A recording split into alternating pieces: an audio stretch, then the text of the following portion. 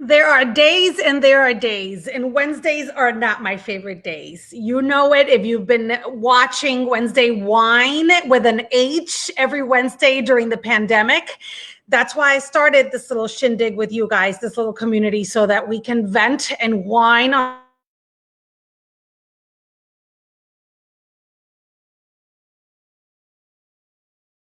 I'm Ana Belaval, and shocking, I'm having issues with my Wi-Fi, but we're going to get through this. I made all the kids turn off their stuff. I'm tethered. I don't know what else to do, but we're going to get through it. How's everybody doing? Let me see. Where are you joining us from? Let me know. And how's your week going? We are in Chicago. Whoever has kids in Chicago Public Schools, we are again stuck in the middle between the teachers union and the Chicago Public Schools, the board, because we're not really sure if the kids are going to have any school, virtual or not. So cheers to that. One more time where the parents are caught in the middle. Lovely red wine. Yes, I'm Jeannie. I'm having a little bit of a problem. I think it's Jean. I'm gonna freeze a couple times. Mira, like my dad in Puerto Rico would say, it's just that it's too damn cold up here, and all the signals freeze. So bear with me. Romeoville, Northwest Side, Northwest Indiana. Oh, this is awesome. Long Island, New York. Great. Happy Wednesday, TJ. Chicago, of course. Hi, Ellen. Welcome, welcome, welcome. So I don't know if you read the description of today, but I wanted to give a shout out to caregivers.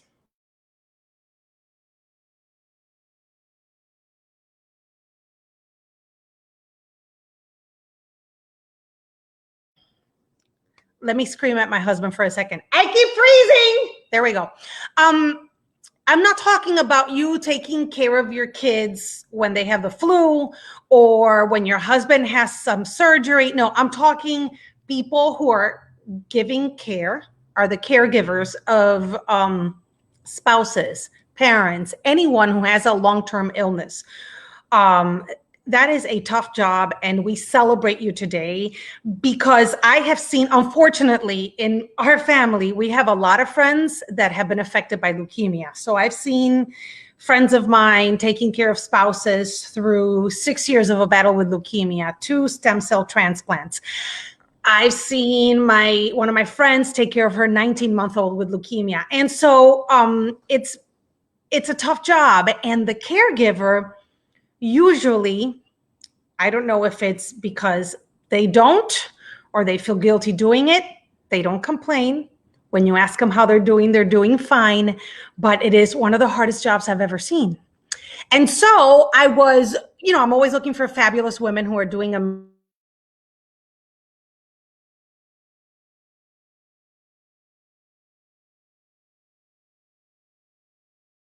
again, honey, out of 6 degrees of separation. Huh?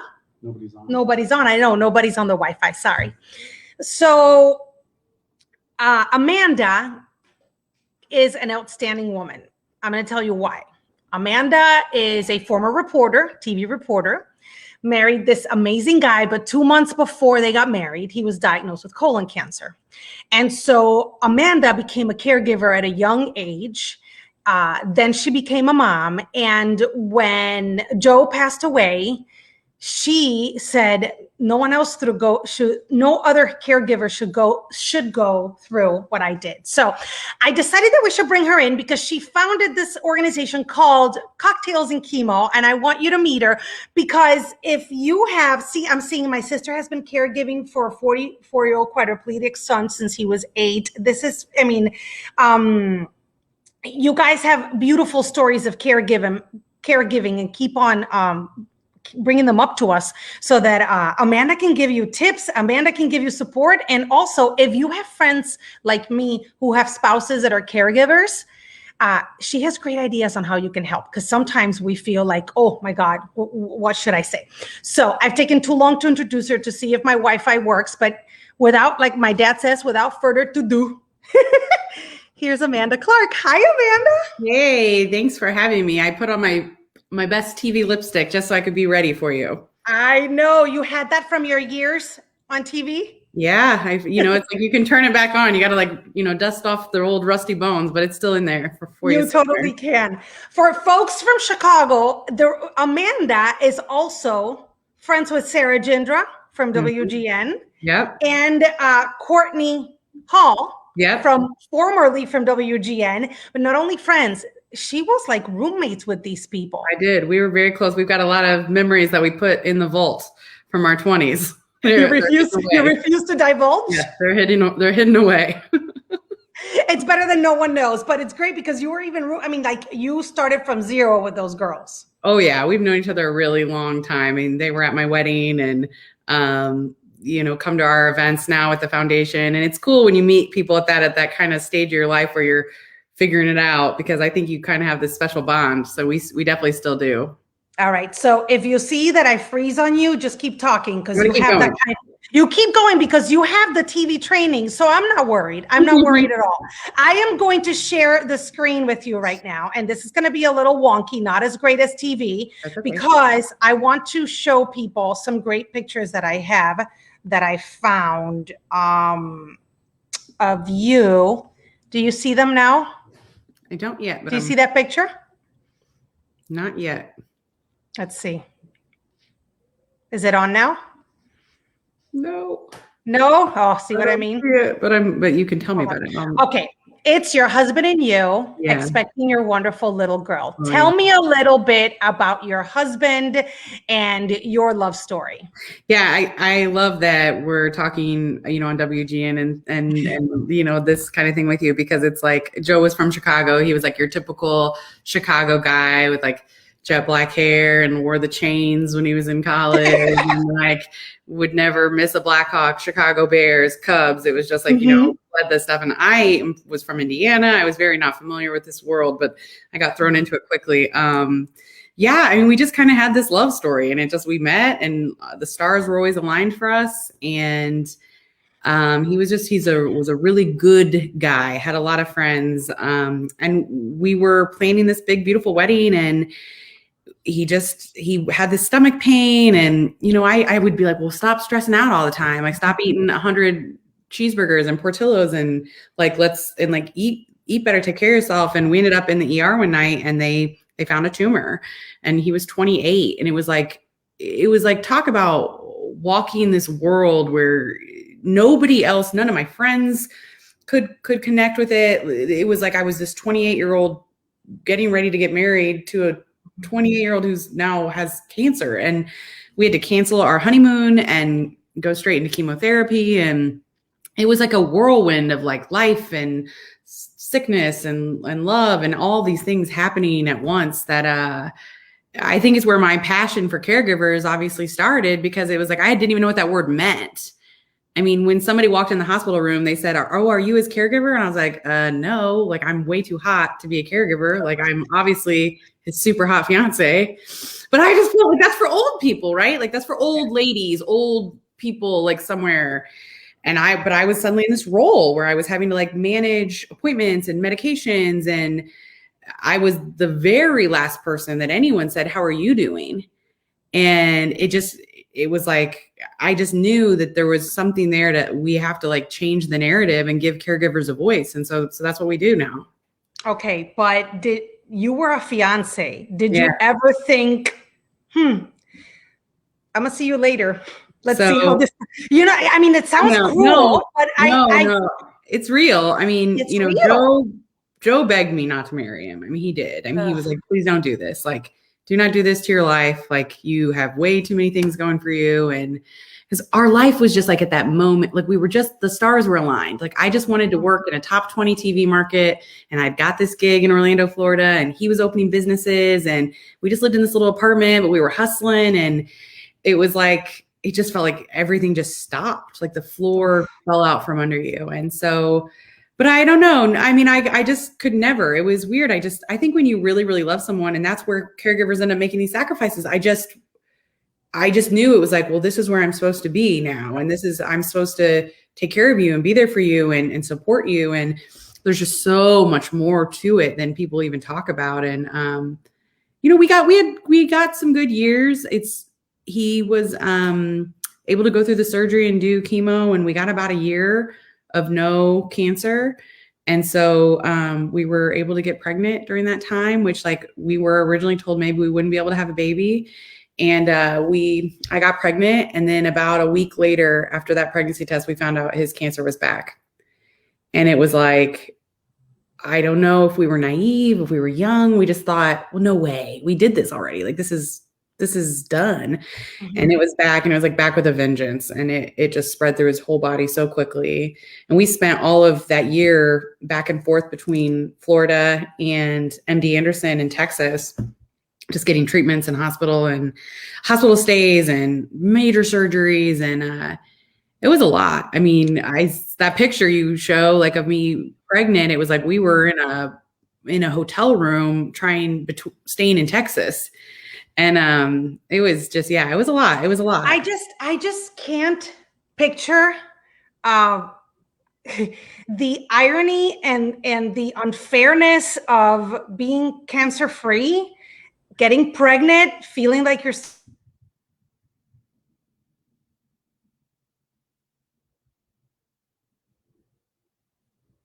okay, I froze again. One of my best friends had 2 stem cell transplants, has been fighting leukemia for 6 years. And we live year by year where everyone around her is like, okay, we're home free. But she always has that feeling. Of course. And then when it happens, it's like, what is this? Like, I can't imagine taking care of your husband and also enjoying your pregnancy. Mm-hmm. Oh yeah. I mean, there was no way. It was like, I look back and I'm like, I don't even know how I survived. And this is like something we talk about. Okay, man, I think you froze on me. Oh, we're having all sorts of troubles now. Here we go. Are you there? Okay, go ahead. Tell me. This is like what we talk about a lot with being caregivers, is like, just because maybe you have some clean scans, there's something called scanxiety, where like caregivers are like, it's always waiting. Like, when is it coming back? When's the next ball going to drop? When is that these caregivers that are standing there, it's like everybody kind of drops off, like, cool, got a good scan. Good luck to you. You know, we're good. And it's just the reality of your family life. It doesn't work like that. No. How did you compartmentalize, or were you a wreck of emotions during your pregnancy and taking care of Joe?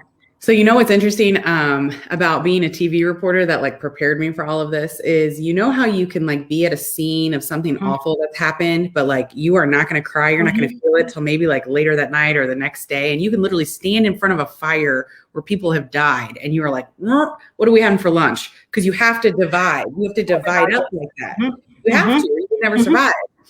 And I think that's what I did. And so that's when Cocktails and Chemo started as a blog. It was like me sitting at my computer, how to start a blog. And I was like, I need to tell these stories of what's happening, because I could like see the story. Because you're a writer. Yeah, I'm a storyteller. And so I knew. And I will never forget, like, we went straight from our wedding venue to chemotherapy. And I was walking away from our car, and I could see my wedding dress hanging in the car as we were walking into the hospital. And I was like, well, this would be a shot to show for, like this would be some B-roll. This would be some B-roll. It would have been a great story. Like, you're so sick. It would have been, I know, with us. But it would have been a great story, like if it wasn't mine. Right. And so I started to feel like, okay, I've got to tell these stories. And that's what I did. And I think that's how I kind of survived. And I put it in these boxes of like, here's what this is like, and here's what this is like. And I want people to know what this is. And the more I told those stories, the more this little blog grew, and the more we started connecting with all these other caregivers who were saying, oh my gosh, me too. I've been through this too. I didn't know anybody else felt that way. I didn't know. And so it kind of just became this very organic thing, but it saved me. I mean, it saved me to have a platform where I could release that and feel heard. I've heard from a lot of caregivers today when I posted that you were coming, and that's what they were saying. I feel alone. I need support. I don't, like you said, my friends can't relate. You were in your late 20s. They try, but they can't. And so when did the blog, what were those feelings that you would say like your top 3 that you were saying like, I need to talk this through? What were the hardest parts of being a caregiver? Usually I was mainly pissed. So like I was Thank you for admitting that. Thank you for admitting that. Yeah, I really was. And like, I would love to say that I like, had this beautiful like memoir kind of thing. I really was pissed because some family member sent out an email to everyone saying that like, well, I looked up Joe's cancer and he's got a year to live. And I was pissed. And this happens. It's like, and the caregiver is like, you're not only, let me manage the medicine, let me manage the schedules. Now let me manage PR for our family.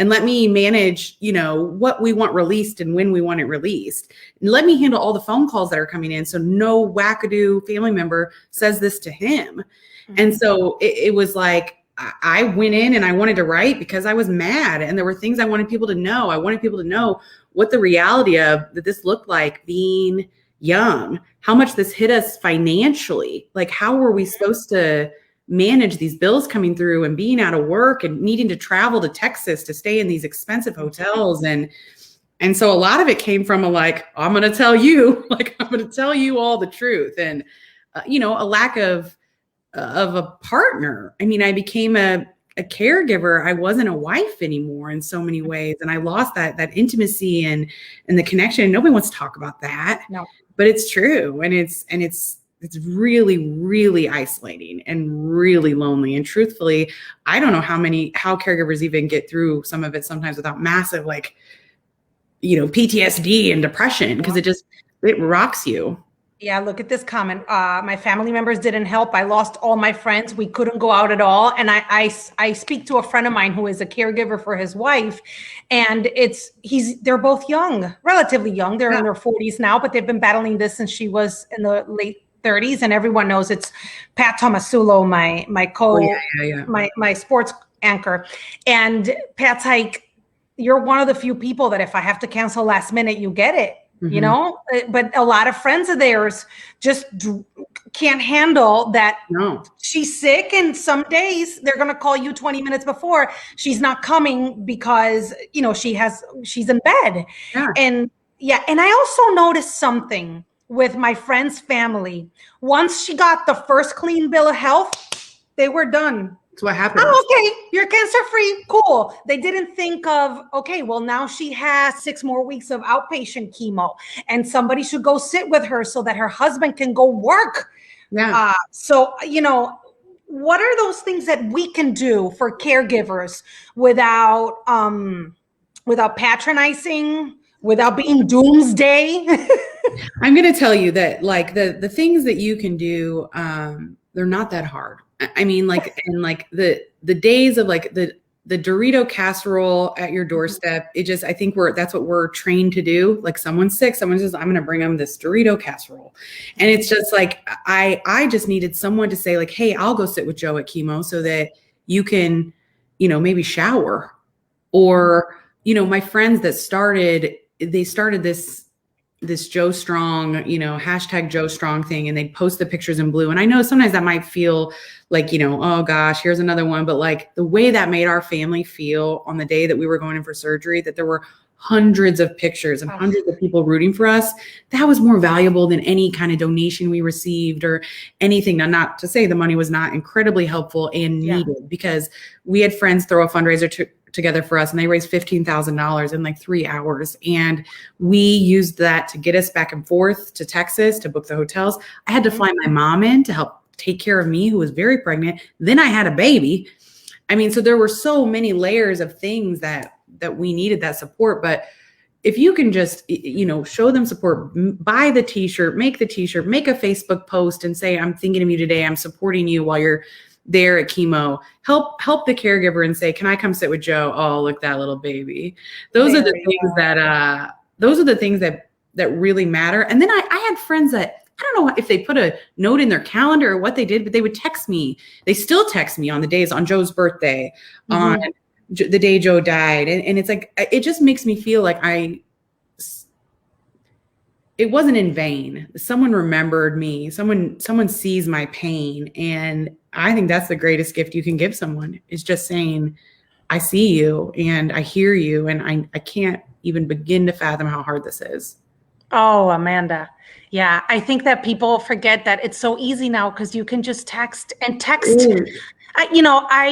used to text my friend while she was in isolation at the hospital, and I could tell her demeanor, and then I would text her husband, okay, I'll go this afternoon. Don't worry about it. So that he could take a break and she could then be honest with somebody like a girlfriend, not have to, because there were things that Joe may have wanted to discuss with, a cousin or a guy, or maybe not talk about it and just watch the game in silence. And as women, we just want to chat. So yeah, he needed a break from me sometimes too, so it was good. It's like, those were the things that stick out to me so much, is I just had some friends that showed up, like, it's a silly thing. Like, after Joe died, I felt like I needed to write all these thank you cards for all these people who helped me. And I was really overwhelmed by it. And I had 4 girlfriends that threw together and did a thank you writing party with me. And they sat there and knocked out thank you cards for everything. And you know what a weight that was off me? Like, oh my gosh, that's genius. It's a genius. And I felt so thankful because I wanted to thank everyone. But the thought of trying to do it by myself, it was too much. And so we sat and drank wine and tackled all the thank you cards. And that was an amazing gift to me. Was Mira a hard baby? Awful. Yeah. Amanda, I'm kind of loving how honest you are, girl. Totally. She was terrible. She also did not get cute till she was like 1. So we're starting to get cute here, but it took a little while. So her name is Mira Joey, and Mira was short for miracle, because we literally found out we were pregnant, and then like a week and a half later his cancer was back. We wouldn't have been able to try again, because you can't do that while you're on chemo.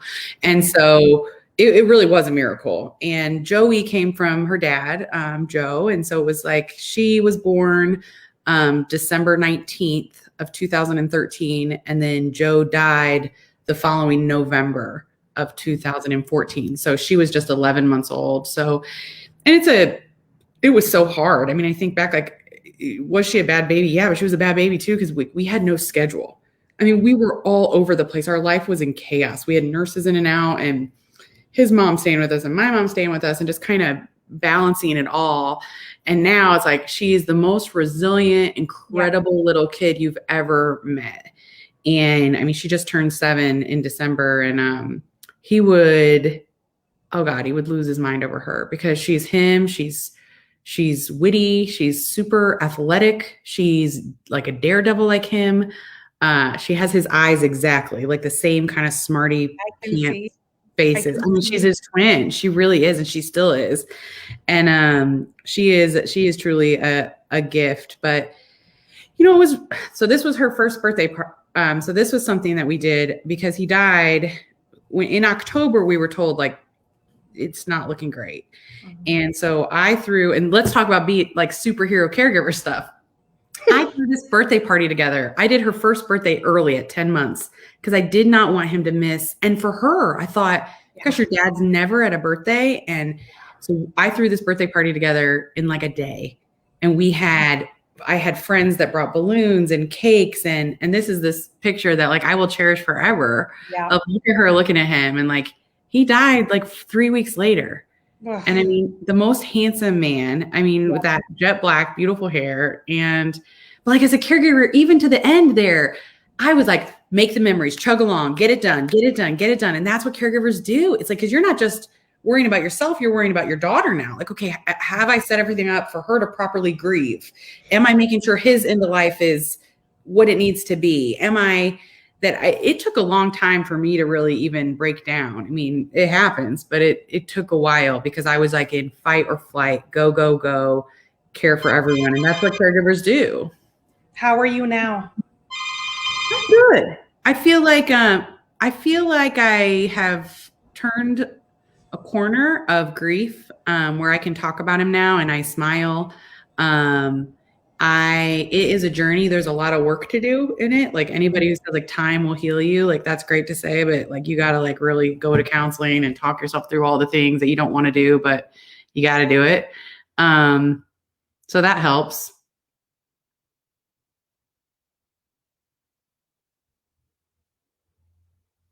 I'm scared I lost you.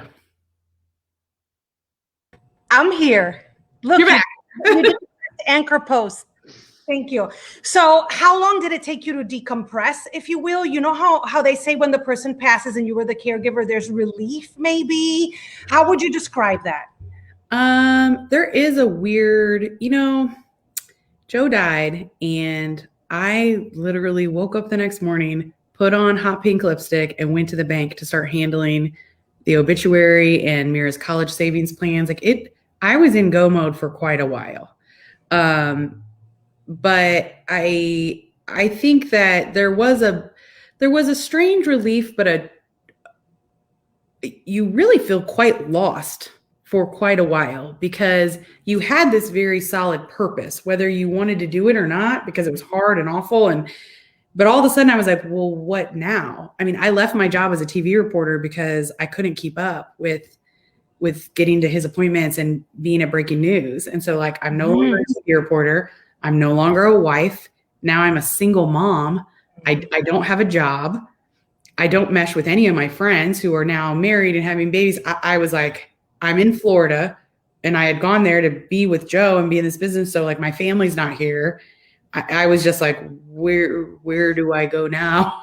What does any of this look like for me? And so it has been each day, then each week, then each month, year, that I kept building until, like, I could kind of almost recreate myself, and I'm thankful, because truthfully, Cocktails and Chemo has been the one constant for me this whole time.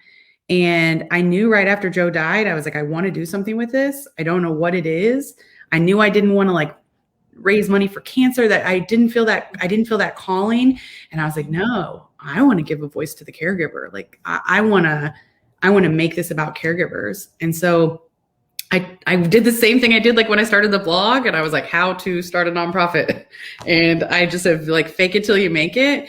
And we've grown this little community of like 20,000+ followers, and we raised $110,000 at our gala last year. We give thousands of dollars away every month to caregivers to help them pay for childcare so they can sit at chemo.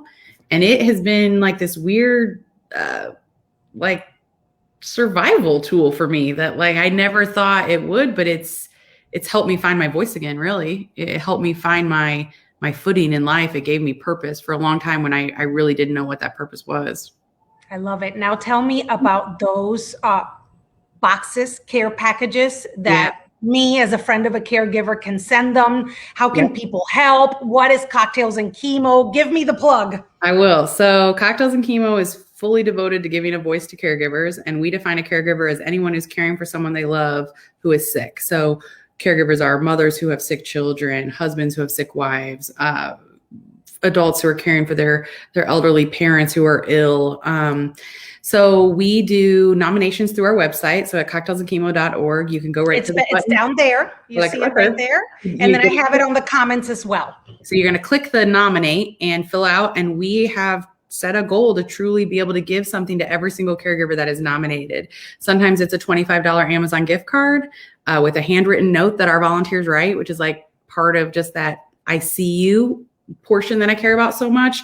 And then we pack up these care bags full of goodies, and we try to get to know a little bit about them and make it personal. And then we also give grants away, and we give grants up to $2,000 away every month to a family that's truly struggling to pay for childcare. And it's a really unique kind of niche, because when Joe was sick, I had to hire a nanny in because I didn't want her going to daycare. I was scared about her bringing germs in. But I needed to go be at appointments, and I couldn't bring this newborn to all these appointments. And it was like, how do you financially cover all that? So we give this kind of unique grant that we call the Our Tribe grant, because we say many hands make for a light load. And so let us help kind of lift your family up, and we'll pay a month of their childcare, whatever that looks like. So you can nominate families on our website for that. And we have support groups. We do events throughout the year. We used to do events where we do virtual events now. Yeah. And this year, very exciting, our big campaign is all about the invisible. And so it's all about giving a voice to the invisible. And so I'll give you the little like sneak peek thing. So starting next week, we're going to be collecting essays from any caregiver who wants to submit their story. And we're going to be putting together this book of essays from caregivers that we can share with other caregivers to help them kind of guide through the crap storm. gotta help them guide through all the things that nobody wants to talk about, right? Mm-hmm. And so this year, our whole year is just devoted to like giving a voice to the invisible caregiver. And it has clicked with me so much that campaign and passion for this, because it's like, yeah, this is what caregivers need. They need to feel like they matter. Like someone's looking at you and saying, I see you, you matter. This is hard for you too. But it's hard to say that when you're watching the person next to you like suffer. It's hard to say, hey, like this is hard for me. It's almost embarrassing. And so we just want to change that narrative. Yeah, I think it's because it feels unfair too. It feels like you're being selfish because Joe was going to pass away and you were going to stay with Mira and you were going to see her grow up. And so it felt icky and wrong to complain. Totally. It felt embarrassing. It felt like, how am I going to say like I'm having a hard time when he's literally got needles in his arm and is going through this? Like it's a weird thing. And so we've created these online support groups where it's okay to like talk bad about your husband, even though he has cancer, because you start to feel like you can't. And everybody needs to be able to vent about their husband sometimes. And but you feel like you're a bad person if you do that. And so we've created this safe space to say like, yeah, this isn't always easy. It's not just people with cancer. So it's kind of, it started like Cocktails and Chemo is the name of it. And it truly started because we went from drinking cocktails. You know, I'm thirsty. Yeah, she's having White Claw. Now I like her even more. You know she's friends with Sarah Jindro when she has White Claw. Yeah, we gotta get through. But we went from having these cocktail dates to chemotherapy dates. And so the name Cocktails and Chemo just kind of made sense to us. So originally I was like, okay, we're gonna help all cancer caregivers. And then we started hearing from all these other caregivers and I was like, nah, we gotta help everybody. Like we gotta just do it for everybody. And so we help everybody. We help, we recently sent something to a wife whose husband has ALS. We've helped moms whose children have been injured and had kind of a long road of recovery. We've done some things for them. So it's all over the place. Once a caregiver, always a caregiver too. Like if your person passes, we don't leave you. Like you're always part of our tribe. And we know you understand things that, like we said, nobody else can. And so we hope to kind of build those connections. Oh, really? Afterwards, you stay in touch? We do. We have volunteers that will check in on our caregivers every month, just give them a text or a call to say, like, is there anything you need? We've helped do groceries. We've helped like kind of fit some of those weird needs that I mean, if they need it, we're going to find a way to make it happen is what we try to do. I love it. I love that you have found your mission and that Joe is probably so proud of you. And and of his daughter. I'm hoping that you saw that he enjoyed Mira a little bit. I did. Oh God, he loved her more than anything. I mean, it was like, he just, from the moment she came out, I mean, he just held her like, he called all his friends and said, you know, she grabbed right onto my finger. Like, I think she might be a prodigy. Like, it was like, he just felt like this kid is something. And, you know, he knew about Cocktails and Chemo. He wrote some early blogs. Like if you go all the way back to 2012, 2013. And when he was dying, like I told him that we had this post and I said, Joe, we had 10,000 likes on it. And he was like, no way. Like, he was like, you've started something. Like you started something. And he just believed in it so much that I do feel him when we do it, because I know he would just be so proud. And I think it's such a beautiful way to talk to our daughter about him and give her like a platform to kind of, you know, share his memory and know that it's okay to talk about her dad and feel like she can know him in the best way that we can make happen. And that even if it was short, you had a beautiful marriage and relationship. And that is something that she is an example for her. Absolutely. And I feel so lucky because it was short. I mean, he died 2 days before our 3-year wedding anniversary. He died November 16th. Our wedding anniversary is November 18th. I'm always like, thanks a lot. But it works out because like I take a vacation every year and try to, you know, make it good. But I do feel thankful. I feel thankful that I got to know like true love. And even though caregiving, I will always say, and I'll whine about it all day, but it was truly my greatest honor to feel like I was able to care for him until his last day. And there's this quote that it's like, you know, I won't get to have him till the end of my life, but I'm so thankful that I was there for the end of his. And what a gift that is, that he was able to experience that in his young life. I mean, he was 31 when he died, and I'm thankful that he was able to have a daughter, and thankful that he got to know that he was unconditionally loved by me, by his family, by his friends. Amanda, you were a gift for Joe. You are a gift for Mira, your family, and to us too, and to everyone now, to caregivers and future caregivers too, because it's good to be able to refer people who are going to find themselves. Unfortunately, life will throw you curveballs. So, salud for you. Cheers. Thank you so much for being with me. I'm so Thank you for glad we having me. met. It's therapy. I feel good. I mean, you can invoice me. I feel great. Girl, I love it. That's fire, Dr. Wilk. I feel great. That's what Wednesday Wine is all about. You don't have to call your therapist this week. It's good. Cocktailsandchemo.org. Go check it out. Thank you so much. Thank you. Take care, sweetheart. Good to meet you. All right. So there you have it. Thank you so much to all of you that left your messages. Just, venting of what you're going through. I read your messages. I know what you're going through. And reach out to Amanda. Reach out to Cocktails and Chemo. If you are the caregiver,